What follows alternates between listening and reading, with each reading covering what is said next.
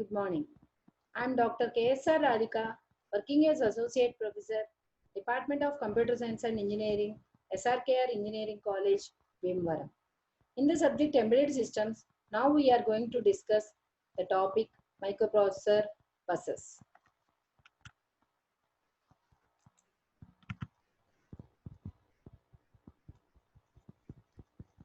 Microprocessors. Microprocessor comes in all varieties from very simple to very complex, but operations are very similar. This is a simple microprocessor block diagram. So here the common signals are shown. Address signals. The address signals carries the address that is from A0 to AN. Next one is the data signals. These are from D0 to DN. Next one is the read. Pulses low if wants to get the data. Write signal. Pulses slow if wants to write the data. Clock signal. Sometimes two clock signals to attach circuit. Microprocessor needs to fetch and execute instructions and to save and to retrieve the data. Microcontroller can also be used. So microcontroller is very small and also slow when compared with microprocessor. So microcontroller is used for specific purposes only. It has only little memory where the ROM and RAM are built in. Collection of pins that can be set high or low or sensed directly by the software.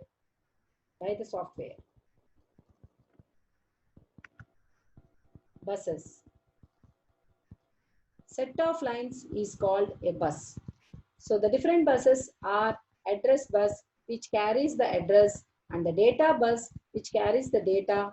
The control bus are the read, write, chip enable signals.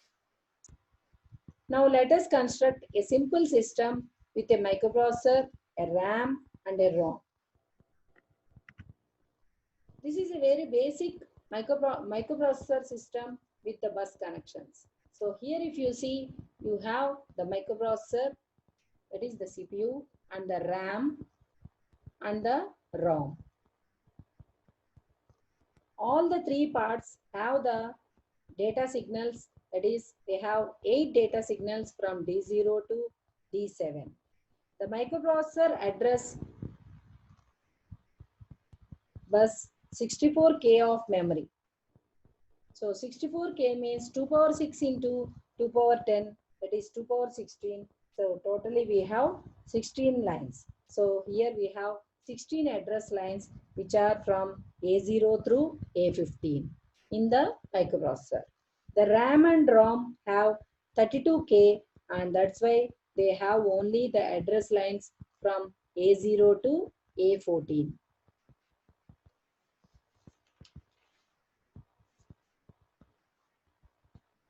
The address and data signals on the microprocessor are connected to the address and the data signals on the ROM and RAM.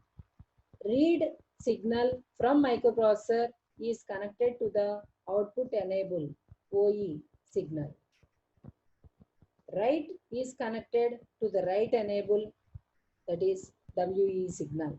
Address bus and data bus plus read and write signals from the microprocessor are totally referred to as microprocessor bus or simply bus.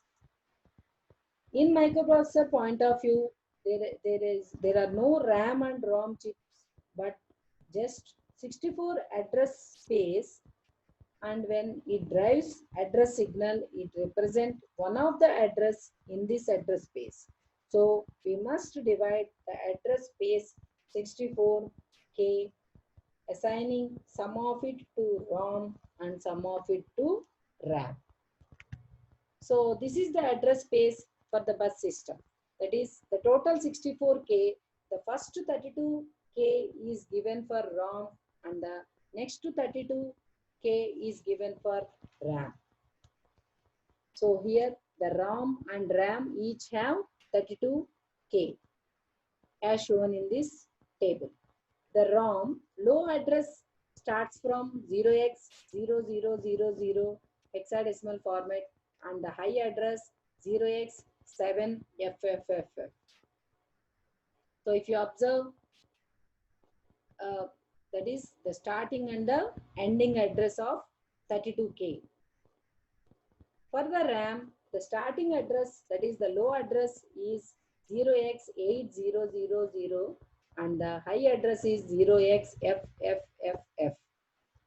So this is the address space for the RAM and ROM. The ROM chip must be activated when the address in this range appears on the bus. Similarly, the RAM chip must be activated if an address in the RAM chip observes. All the addresses that corresponds to ROM, the highest order address signal, that is A15, is 0. Whereas all the addresses of RAM, A15 is 1. This is the difference in the addresses of RAM and ROM. So that's why A15 signal can be used to decide which of the two chips should be activated. A15 is attached to the chip enable of the ROM, enabling whenever A15 is 0.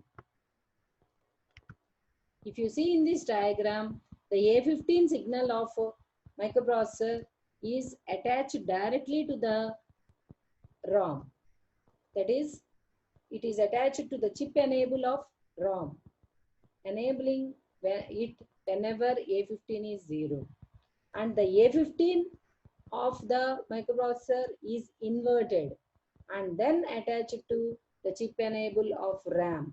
So that's why if the A15 is 1, then the RAM is activated. For example, if you take some example of 9123, if it is converted to binary, then the A15 signal, it is A15 bit is 1. So then it indicates that if the A15 is 1, then the address is available in the RAM memory space. This is a simple microprocessor system with RAM and ROM. Next one is about the buses. Bus handshaking. RAM and ROM will have various timing requirements. The address lines must be stable for certain period of time, and output enable and chip enable must be asserted for some period of time, then only the data will be valid on the bus. Microprocessor is in control of all these signals. This process is called as bus cycle. For the circuit to work, the signals that the microprocessor produces must conform to the requirements of the other parts in the circuits. The various mechanisms by which this can be accomplished are referred as bus handshaking. No handshake. If there is no bus handshaking, then microprocessor drives the signal at whatever speed suits it, and it is up to the other parts of the circuits to keep up. Wait signals. Wait signal to make the microprocessor to extend the bus cycle until wait signal is triggered. The microprocessor wait indefinitely for the device to put the data on the bus. The microprocessor have wait signals that the memory can be used to extend the bus cycle as needed. If the device cannot respond quickly and assert the wait signal to make the microprocessor extend the bus cycle. As long as wait signal is asserted, microprocessor waits for the device to put the device on the bus. So here the two bus cycles have been shown. That is the normal bus cycle and the bus cycle extended by asserting the wait signal. So here the disadvantage of the normal bus cycle is RAM and ROM don't come with wait signals, so has to build the circuitry to drive the wait signals. The device, so if you observe here, the device can assert the wait signal as long as it needs to, and the microprocessor will wait here. This is about the buses. Thank you.